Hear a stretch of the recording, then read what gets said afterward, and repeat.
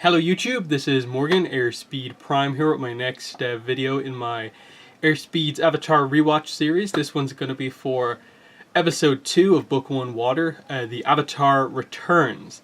So another JM animated episode, of course.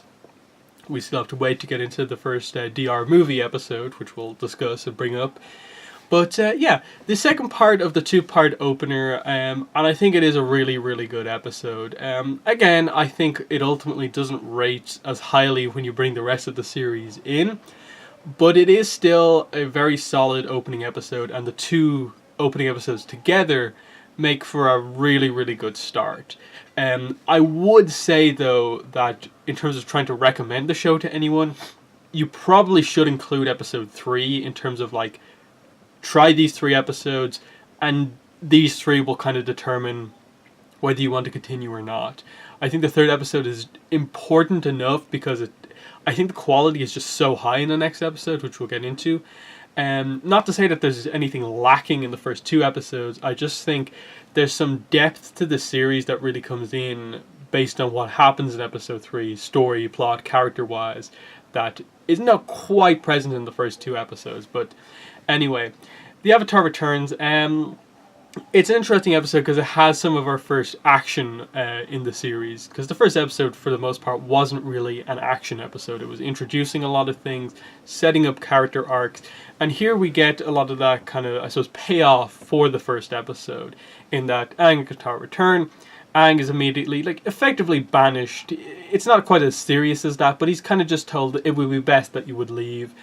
And I like that Katara gets quite emotional here. I like that she is willing to kind of go with him initially, but then when it's kind of pointed out to her, you'd really just, go off with this person you've just met over your family. But you can tell how much it means to her that she even has the opportunity to learn waterbending. You can tell that she feels that letting Aang go and kind of just cutting ties with him now, she's missing out on something so important, that it's going to be this huge missed opportunity for her. And you can tell by how annoyed she is when he does leave and she decides to stay, that she kind of quite aggressively almost to Gran says, there goes my one chance of being a waterbender. It's a strong line in how it's kind of presented to us, that that's, I think, a very characterful line for Katara, just to know that, her becoming a waterbender means a lot to her.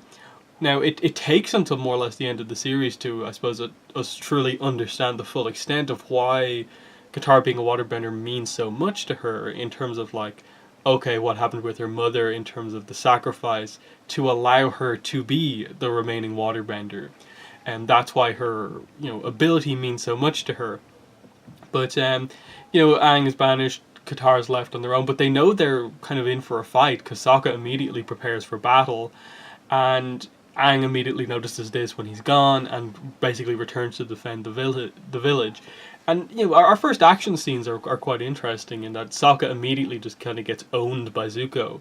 And then, especially later on, when we get that Zuko is skilled, but there are much more skilled fighters out there than Zuko. It doesn't speak, I suppose, too badly about Sokka's skill, but it shows that he has a long way to go before he can really, I suppose, properly call himself a warrior. In that he has the bravery, for sure, in that he gets back up 2 or 3 times within the fight, but ultimately can't really do anything to Zuko. And this is Zuko without even using his firebending against Sokka, or revealing that he actually is quite skilled with swords himself, Zuko. So this is Zuko holding back, is still able to completely own Sokka in this fight, and the only offense that Sokka gets in is misses with the boomerang. It hits Zuko on the way back around, setting up for the first time of the series the boomerang as kind of Sokka's signature weapon, that it always is quite lucky for him. Yeah, after this is when Aang returns, and I suppose reveals to everyone that he is the Avatar, but because it's such an action-focused scene where it's revealed in, we just get some expressions basically from everyone as this is revealed, and primarily Zuko reacting to the fact that you're just a child. And we get that nice joke of like, you're just a teenager. As Aang, defends the village here. And I like that what they present here is that Aang is super skilled. He can completely like stonewall Zuko in terms of a defense. He could just swirl his staff around with airbending and just block the attacks. But he's aware that if he continues a fight, everyone else is going to get hurt, and so just stops, asks the question of like, will you leave them alone if I go with you? And basically sacrifices himself for the village. So showing this kind of selfless side to Aang, that even though he comes across as this very like reluctant character who only wants to have fun and doesn't want to be the Avatar, that kind of deep down he has the, I suppose, core of a hero of an Avatar, and he is actually someone who deep down is suited to the role. So this is a kind of strong moment for that. And it's this second time in like the space of a couple of minutes where Katara has to see Aang go away again emotionally, where she can't really do anything. But this time, Sokka is also on board with Aang. That he's saved the village now. He's completely on board for repaying that favor and saving him now. So the two of them go off. Initially, they're planning to sneak off, but Gran actually reveals that she's okay with it. That once, I suppose, she has heard that Aang is actually the Avatar, she has hope back now and realizes that in a way Katara had more hope than she did in seeing something within Aang that she didn't quite see initially, and just immediately has stuff ready for them, prepared for their journey ahead. And it was his destiny basically that the two of them found Aang, and now because of that they kind of need to go with him because they helped to find him and bring him back into the world. It's only fitting that they accompany him on this journey. So yeah, we get that, and then a lot of action just happens after this. Obviously Katara and Sokka initially are planning to take a boat to go after Aang, but then realize that they have Appa there, and if they can get him flying again, that's the quickest way to do things. While Aang actually tries to escape basically as soon as he's on the ship, which I think is the true exploration of airbending in this first episode in terms of how unique of an ability it is. He brings up the idea of like 100-Year War. Not many people have fought an airbender in this era, so immediately he kind of knows that like he has an advantage here as he just kind of like smashes one guy into the door, smashes one guy up against the stairs, jumps out, and just this agility that airbending offers him of being able to do airbending assisted movements and jumps and all this sort of stuff, getting the glider, freeing his hands so easily. And then especially I think the fight in the room, in Zuko's room, for Aang to get his staff back is a really interesting one, in that Aang very much takes up a defensive stance in like every fight he's involved in, but Zuko should have a huge advantage in such a confined space, like where airbenders really do kind of rely, I think, on having a wide open area to kind of move around in.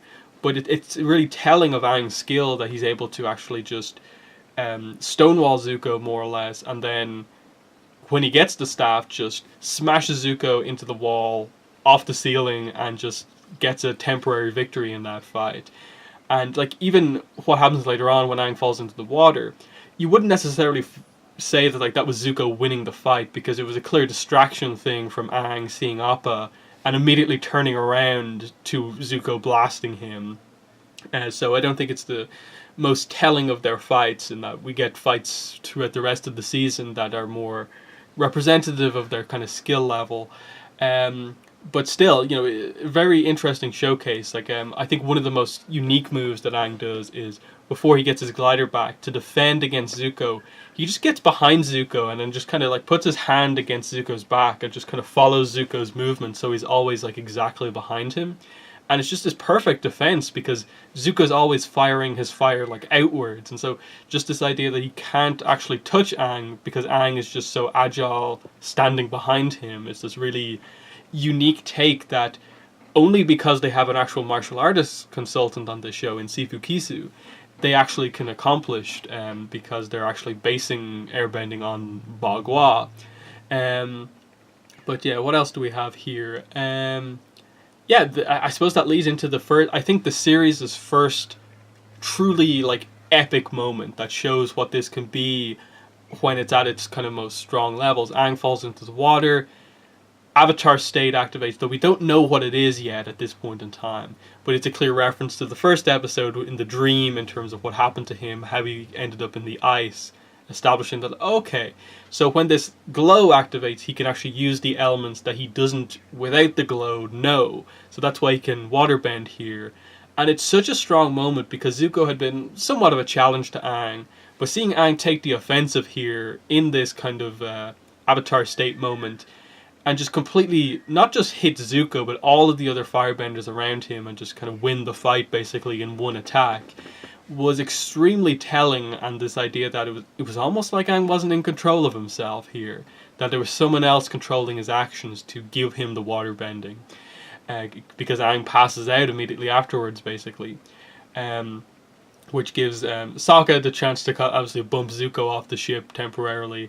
And then Katara gets her chance to shine with, first of all, missing the waterbending move because she kind of like did this 180 attack that was aimed the wrong way, and adjusting immediately. Just, I suppose, showing this idea that like Aang is immediately, just his presence is kind of inspiring everyone to be that little bit better, showing that this team is going to work out really well because of their character arcs and working together. And I think that leads into probably one of the only, I think,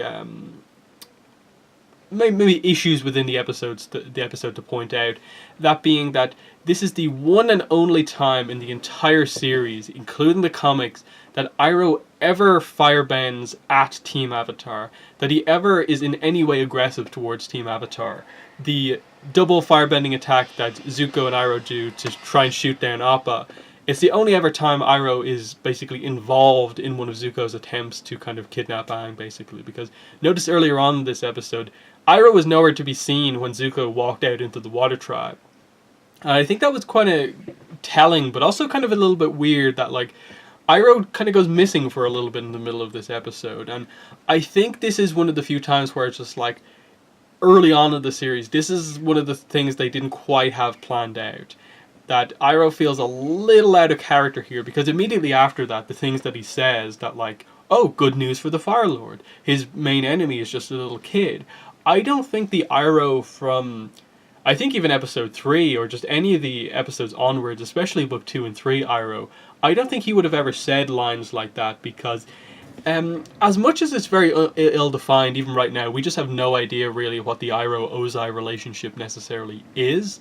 Does Iroh actually have issues with his brother? Whereas, like, I think there's a clear jealousy from Ozai towards Iroh.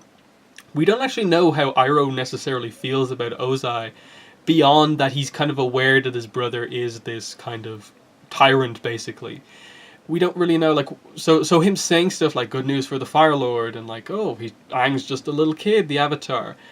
For someone who eventually is revealed to be like an Order of the White Lotus member, who like cares about the balance of the nations and stuff like that, actually, I suppose, supports the Avatar, it seems a bit of a weird statement for him to make. Now, is it just him kind of saying that in front of the other Fire Nation troops who are around, in front of Zuko, who's obviously trying to do all this for his father?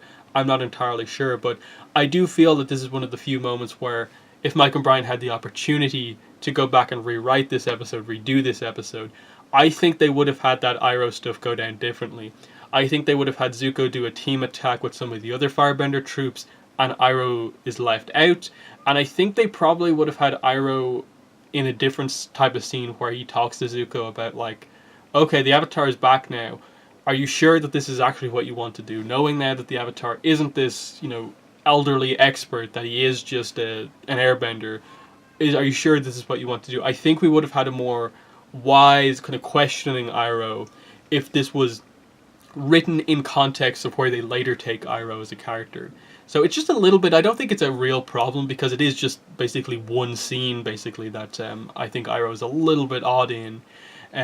But it just, these little things that you do point out early on in the series. I think as we go through the episodes, I'll point out some of the world building things early on in the series that don't quite fit in with where they later establish the kind of core world building aspects.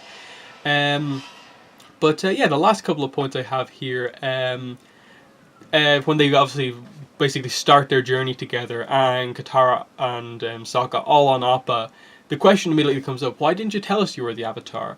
And I love the line because it's simple, it's short, it's to the point, but there's so much to it because he doesn't give a full explanation of just Aang saying, why didn't you tell us you were the Avatar? Because I never wanted to be. And him just looking away, and it taking them kind of saying, like, we'll go on this journey, we'll learn waterbending together, then you can do earth and fire. That's what you have to do. That's the only way to accomplish anything in the war going forward. That's the main goal of the series. And that gives Aang confidence, knowing that he kind of has this support network with him now. But that, because I never wanted to be, important line in terms of like, okay, so, you're asking questions about like, how is the Avatar chosen and all these sort of things, without knowing the details behind like Rava and the reincarnation cycle, and specifically what has happened, and that it is fundamentally a somewhat random thing that happens. What affected Aang so much that he never wanted to be the Avatar, and that really turned him off even accepting the role ever. Very interesting character arc setup.